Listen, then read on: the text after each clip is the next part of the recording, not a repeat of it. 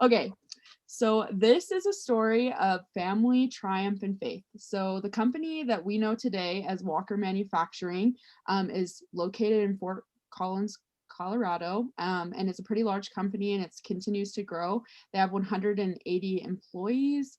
You can find Walker mowers in 28 different countries, and they generate about 60 million in annual sales. So they're a pretty large company and they continue to grow each year. But it all started with one man, and that man is Max Walker. So this is a picture of him when he was a young guy. He grew up in Fowler, Kansas, and he grew up on a farm. He was a farm boy. His parents were farmers. His parents before them were farmers. So he grew up around a lot of just large equipment like tractors, and that's kind of where he got an interest for working on that type of equipment, and saw the need for these big equipment pieces, industrial sized pieces on a farm, and how much work you could do. So that's kind of where he got his start in being interested in that type of thing. And it definitely carried over into him being a father and a husband. So he married his wife Margaret, and they had 4 kids together, and their kids' names were Bob, Ruth, Dean, and Nina.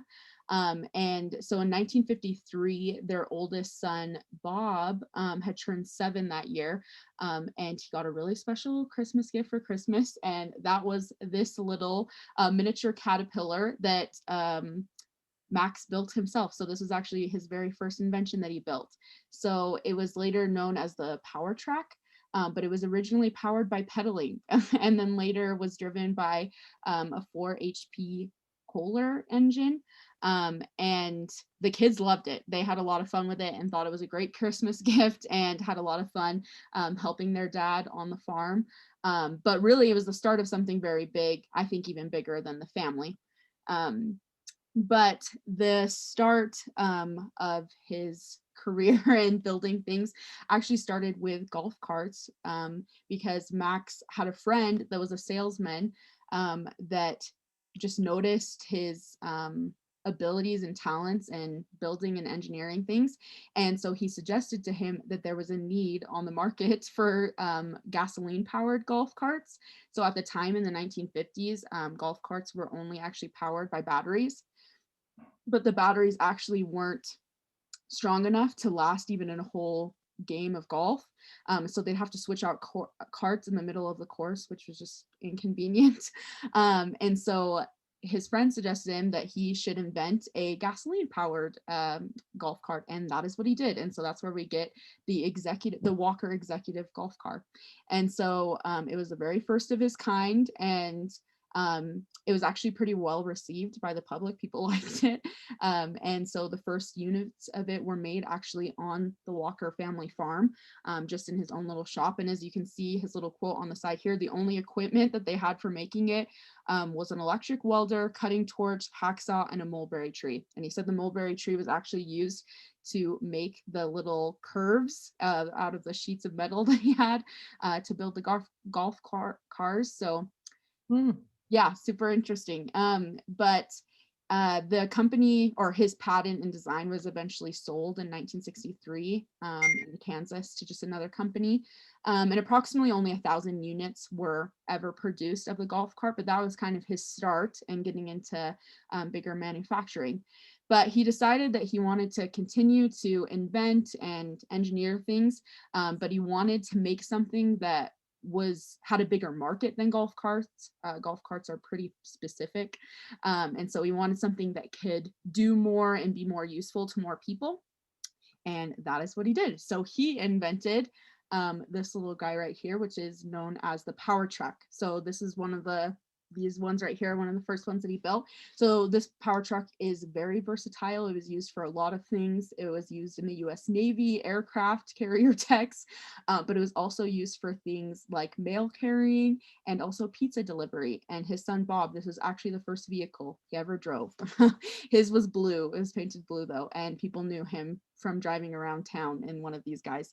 But they were actually really useful, and a lot of people, like, they were well received by the public as well.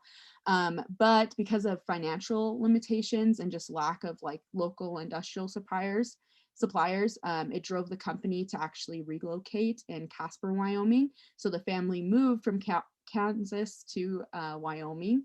But the company had to be sold to several investors at the time, because the Walker family, I mean, they were farmers and he was still trying to support his whole family as well. So after it was bought, Max actually stayed an employee, but he had no management positions or like authority. And he just worked on the area to product development and was paid like very poorly and not treated very well. And the company was actually it wasn't well managed. So it eventually had to close after a couple years of manufacturing the power truck. And it was just because they ran into financial problems. They kind of just ran out of money. So it was pretty sad for the Walker family because Max found himself unemployed and he had nothing to show for all of his years of hard work. That was a lot of his life that he had put into that, and he's kind of left with nothing after the fact.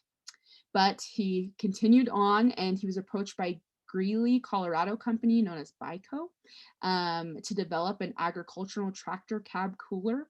And so after designing the cooler, he sold the plans and patent rights to BICO, and he was actually able to raise enough money to get some of the equipment that he had lost to the bank from the previous company. But BICO actually ended up offering him a contract to manufacture more coolers. So he kind of continued on with that. And BICO actually urged Max to move manufacturing operations closer to Greeley because of the supplier materials for the project were mostly coming out of Colorado. And so in 1974, Walker Manufacturing moved to Fort Collins, which is where they're located today. And both his sons, Bob and Dean, joined Max the following year. So they wanted to work with their dad and do what he was doing. So during the 11-year period of the cooler production, approximately 70,000 coolers were built, so quite a lot. But the cooler contract ended up ending in 1983.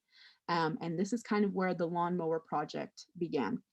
And it was actually because the family had bought their own two rear engine riding mower to just mow their own personal residences. And they were really disappointed by it. They didn't like the product. They thought it was really slow and it wasn't very effective. And so in Walker family fashion, they decided to build their own. And so they wanted to build a mower that would be like work better, would be faster, and would deliver a beautiful cut.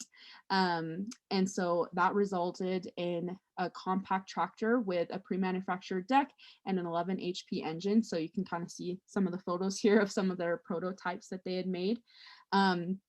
So the third prototype was actually shown in agriculture shows in 1979 and drew a lot of positive feedback. And so in 1980, the decision was made by the Walkers to manufacture their first 25 machines. And around that time, Max and his wife Margaret actually began to drive around the United States to demonstrate the mower to people.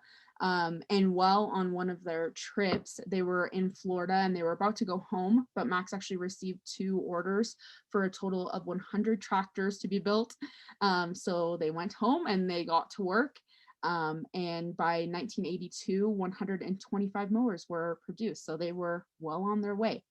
And in the 1980s, the Walkers saw their product filling a need for not only commercial cutters, but also homeowners.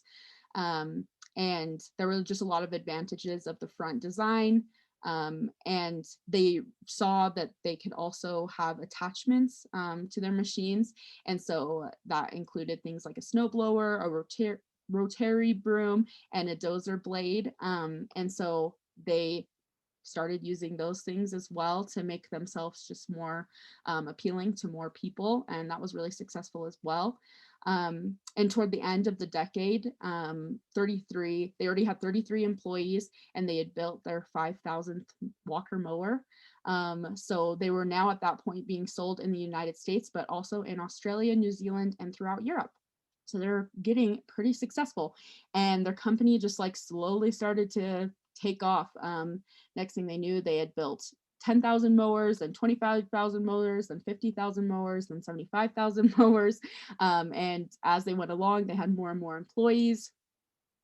And by 2008, they had built their 100,000th mower, and they had 175 employees. And so this is actually a picture of the party that they threw in celebration of their 100,000th mower. And it was also a Walker family reunion because most of the company is members of the Walker family. So yeah, pretty exciting and a lot of success for them. But on September 19th in 2011, Max Walker actually passed away, but he left a huge legacy behind him.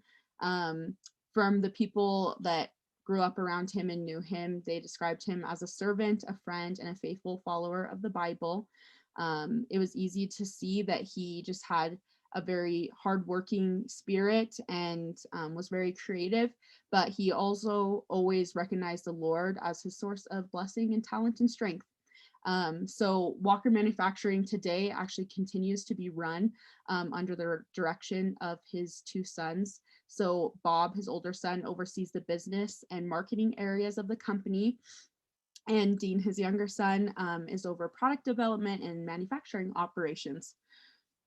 So the family continues to have 100% ownership of the company and is carefully planning for the next generation of Walkers to carry on the business. So like I said, this is a story of family triumph and faith, and it's a perfect example that things don't always work out the first time, sometimes second time, third time, or even fourth time. But when you want something, it's going to take a lot of patience and faith and persistence. And if a farmer boy from the middle of Kansas like Max Walker can do it, I think each of us can too. And that is my presentation. And those are my sources.